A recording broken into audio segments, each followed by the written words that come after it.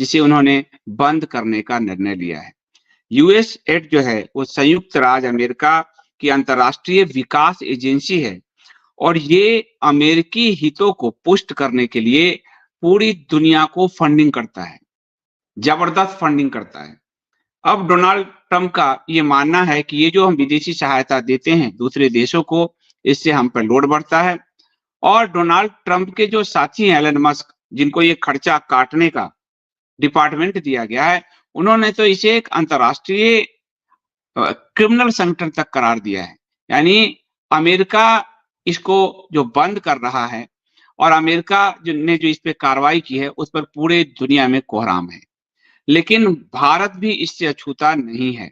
आपको बड़ा आश्चर्य होगा कि यूएसए भारत की चुनाव प्रक्रिया को प्रभावित करने के लिए 2 अरब रुपए खर्च कर रहा था। 2 अरब रुपए, और भारत की चुनाव प्रक्रिया में वो अभी वर्तमान में लग रहा था। आप ये सोचकर देखिए कि कहेंगे आप पिछले 10-11 साल से कि राष्ट्रवादी सरकार है, पर वो राष्ट्रवादी सरकार 1 अरब 80 करोड़ रुपए का फंड ले रहा था अमेरिका से। यहाँ की चुनावी प्रक्रिया में साफ-साफ उसका इन्फिल्ट्रेशन था और ये क्या कहा जा रहा था कि चुनाव में मतदान बढ़ाने के लिए फंडिंग की जा रही है। अब अमेरिका का क्या हित है भारत में मतदान कम होता है या ज्यादा? आप सोचकर देखिए जरा, अमेरिका का क्या हित हो सकता है इसमें? और कौन सी पार्टी है जो चुनाव मतदान की प्रक्रिया बढ़ने पर जीतती है? इस प्रक्रिया को भी नोट कीजिएगा। और थोड़ा सा और दिमाग लगाइए तो आपको लगेगा कि चुनाव आयोग एकाएक चुनाव के आंकड़े देना बंद क्यों करने लगा? जिस दिन चुनाव होता है उस दिन रात 11 बजे तक आंकड़े आ जाते हैं, हमेशा आ जाते थे। लेकिन अब चुनाव आयोग 10-10, 12-12 दिन तक आंकड़े नहीं देता। दिल्ली चुनाव के रिजल्ट आ गए लेकिन पूरे आंकड़े चुनाव की प्रक्रिया की चुनाव आयोग ने जारी नहीं की। मनमाने तरीके से कहीं 6%, कहीं 12% बढ़ाया जाता रहा। और तो और अध्यादेश लाकर सरकार ने रोक दिया कि अब चुनाव का डाटा जनता को नहीं दिया जाएगा। क्यों भाई? अगर चोर की दाढ़ी में तिनका, अगर आपको लगता है कि फेयर पॉलिटिक्स हो रहा है, फेयर इलेक्शंस हो रहे हैं, तो आप क्यों नहीं वो डाटा देना चाहते? उसको बंद कर दिया गया। प्रधानमंत्री जो स्वच्छता मिशन है उसमें यूएसएड का पैसा, प्रधानमंत्री शौचालय मिशन उसमें यूएसएड का पैसा, प्रधानमंत्री का टीकाकरण है, स्वास्थ्य का है, उसमें यूएसएड का पैसा। और यूएसएड ये पैसा कहां से रूट कर रही है? वो पैसा रूट होता है बिल गेट्स फाउंडेशन, वो होता है रॉकफेलर फाउंडेशन। ये जो दुनिया के जितने डीप स्टेट हैं वो पैसा यूएसएडी के थ्रू दुनिया भर में बांटे जा रहे थे और भारत में तो इसके बड़े बड़े लोग शामिल हैं। अगर आप देखेंगे इस सरकार के कई मंत्री आपको दिखेंगे जो यूएसएड की जबरदस्त तरफदारी करते हुए दिख रहे थे।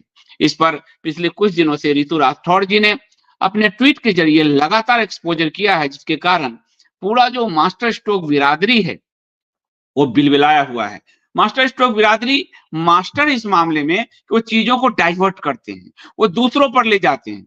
आपको आज ऋतु जी दिखाएंगी कि जिन पर दोष देता था कि ये तो दूसरी पार्टियों को फंड करती थी, वो पता चला कि भाजपा के लिए, भाजपा के नेताओं के साथ उनकी सांठगांठ निकल रही है। तो ये भारत, ये एंटी इंडिया मूवमेंट जिसको यूएस फंड कर रहा था, इस एंटी इंडिया मूवमेंट में कौन कौन शामिल है ये जानना हर भारतवासी के लिए जरूरी है। तो आप हमारे साथ बने रहिए, आप इस वीडियो को लाइक कीजिए, चैनल सब्सक्राइब करिए, बेल आइकन दबाइए, ऑल का बटन दबाइए।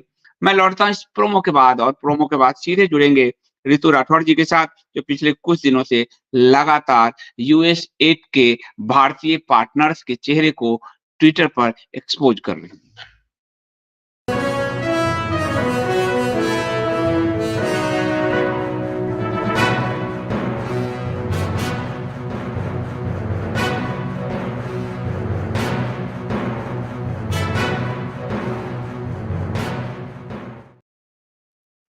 स्वागत है ऋतु जी आपका। नमस्ते।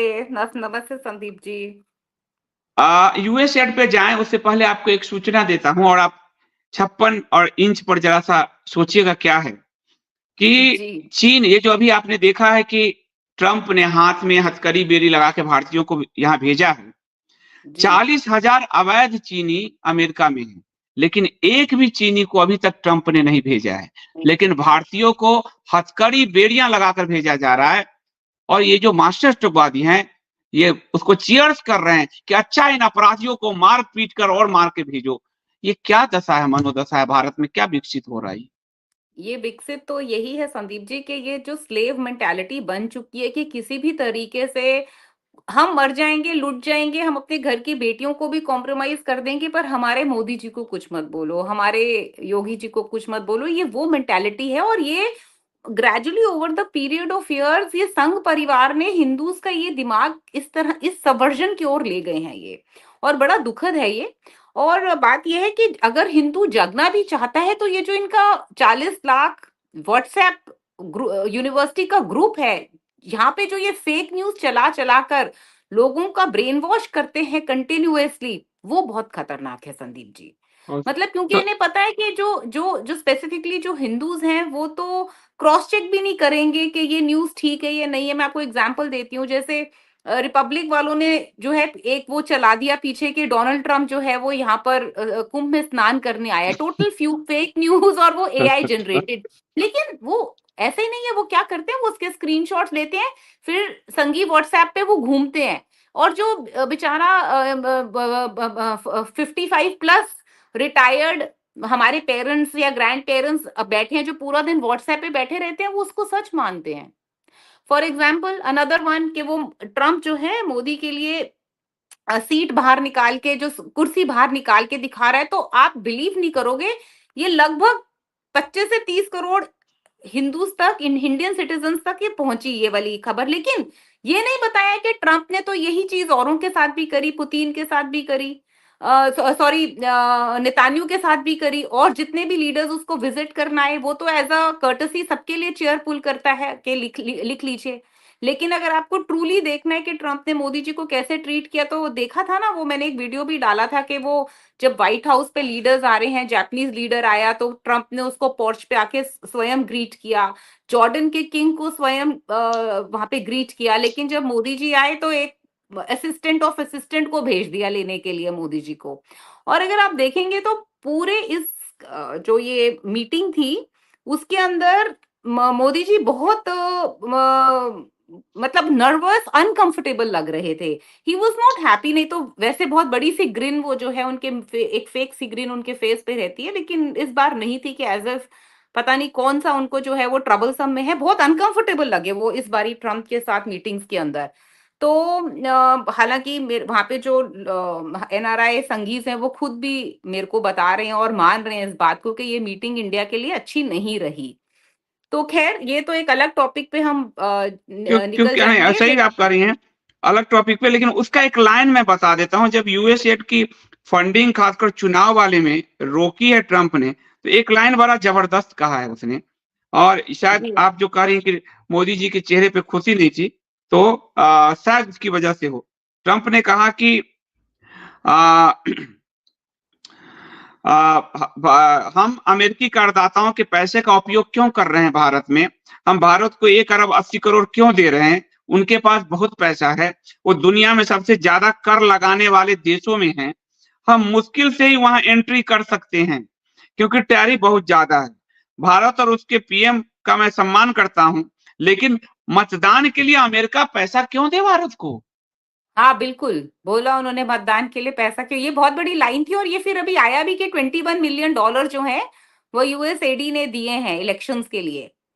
तो हाँ, तो वो बहुत बड़ा है, और उस पे हम अवश्य चर्चा करेंगे कि ये जो $21 मिलियन है ये किसके खाते में गए। ये तो देखिए भाजपाइयों का क्या है ना, ये इनकी तो एक पूरी, मेरे पास थोड़े दिन पहले 8-10 दिन पहले जब ये यूएसएडी का पूरा शुरू हुआ था, आप ट्रस्ट करेंगे, मेरे कुछ मित्र हैं वहां पर, तो वो बता देते हैं, तो वो बोल रहे थे कि हमें बोला गया है कि यूएसएडी को किसी तरह से गांधी फैमिली के साथ कनेक्ट करके दिखाइए। हम्म, तो मैं समझ गई थी कि ये इससे पहले इनकी पोल खुले ये एक सिनेरियो बनाना चाहते हैं कि किस तरह से यूएसएडी गांधी फैमिली और हमें अप्रूव करने के लिए, हमारी सरकार को हटाने के लिए काम कर रही थी। लेकिन देखिए, सत्य तो, फैक्ट फिगर्स तो सब डॉक्यूमेंटेड है, कहीं से भी हटा लो, कहीं ना कहीं से मिल ही जाएंगे। आपके सारे रिकॉर्ड्स और नहीं है तो एआई है, एआई के पास तो सारा रिकॉर्ड रहता है, वो तो आपको पब्लिश करके दे ही देगा, है ना। तो सच छुप नहीं सकता। ठीक है, तो सत्य। इसीलिए जो है हमको, मुझे लगा कि ठीक है, हमारे पास उतनी रीच नहीं है जितनी इन लोगों के पास है, पर फिर भी फैक्ट्स को रखना चाहिए।